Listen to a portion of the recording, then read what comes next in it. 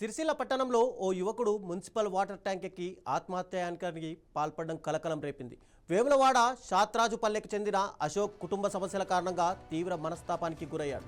తన భార్యతో విడాకులు వచ్చేలా ఓ వ్యక్తి కుట్ర పన్నాడని ఆరోపిస్తూ పురుగుల మందు తాగి కొత్త బస్టాండ్ సమీపంలోని వాటర్ ట్యాంక్ ఎక్కాడు.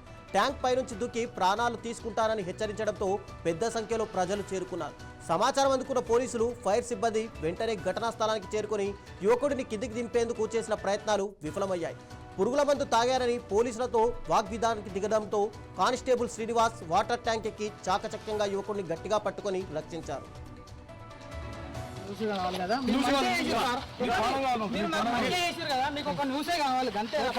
నా ప్రాణంతో మీకు సంబంధం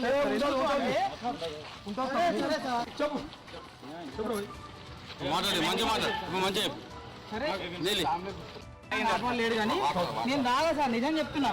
మీరు నన్ను అందరు కలిసి ఏం చేసారు అనేది మీకు ఒక న్యూస్ కావాలి కదా. మీరు చేసారు కదా, మీకు ఒక న్యూసే కావాలి అంతే. నా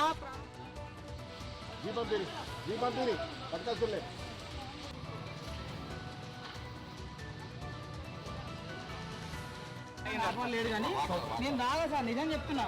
మీరు నన్ను అందరు కలిసి ఏం చేసారు అనేది మీకు ఒక న్యూస్ కావాలి కదా.